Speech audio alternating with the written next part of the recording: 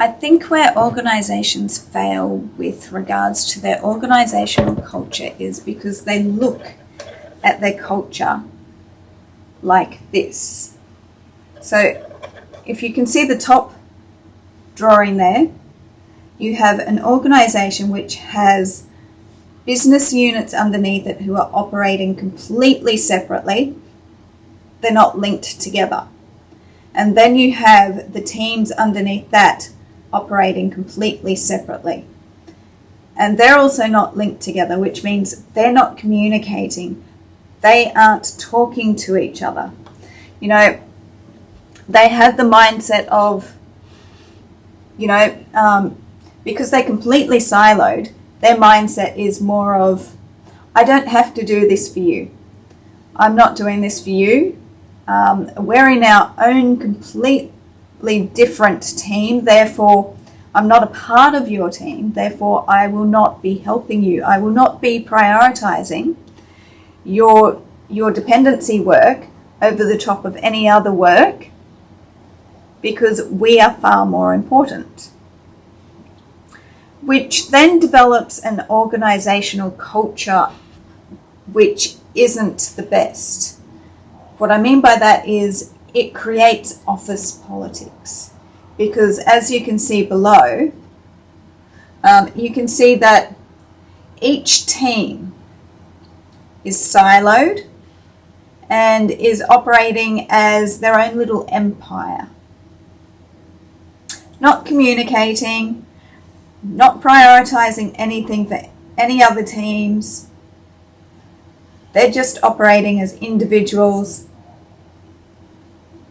and also to a point where they may even see themselves as, being in competition with the other teams.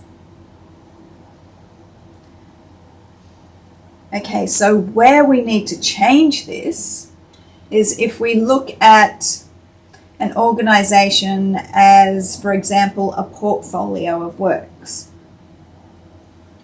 Okay, so we turn this around. So you've got your portfolio at the top here. Then you come down and you've got your programs down here, right? In black. Now below that you have you have your project teams. Okay? Now those project teams and those portfolios have the mindset of we are one big team because we are in the one organization. We will work together. We will prioritize, other teams and other business units work to help them to get things over the line, because then we help the portfolio move forward in the correct direction. Now, what this creates is a more positive culture, a more positive, communicative, helpful culture. A culture where people want to stay in your organization, a culture where people, want to come to your organization to work. A culture where it is not in competition. There are no silos. Everyone communicates freely and openly, and each team, each business unit, each project, portfolio, program works together for the common good. So we need to be changing the mindset that organizations have in order to create a better culture.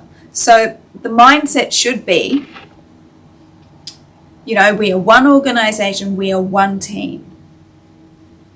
We will communicate with each other as regularly as possible. We will prioritize each other's interdependency work at the top of our list of things to do.